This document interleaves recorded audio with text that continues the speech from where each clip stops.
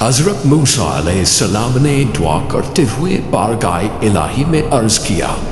اے اللہ، میرا دل چاہتا ہے کہ اپنے خزانے سے کوئی نشانی عطا فرما تاکہ مجھے اندازہ ہو سکے کہ تیرے خزانوں کی مثال دنیا بھر کے خزانوں سے نہیں ملتی۔ اللہ تعالیٰ نے فرمایا،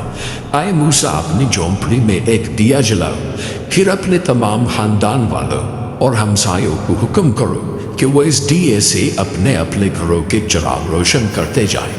چنانچہ موسیٰ علیہ السلام نے ایسے ہی کیا تو اللہ تعالیٰ نے فرمایا، اے موسیٰ، اب دیکھو تمہارے چراغ کی روشنی میں کچھ کمی تو نہیں ہوئی، بس میرے خزانے جود و کرم کو بھی اسی پر قیاس کریں کہ اس سے کروڑوں فیضان کے دریا جاری ہوئے، مگر میرے بے پناہ خزانوں میں سے ایک ذرہ بھی کم نہیں ہوا۔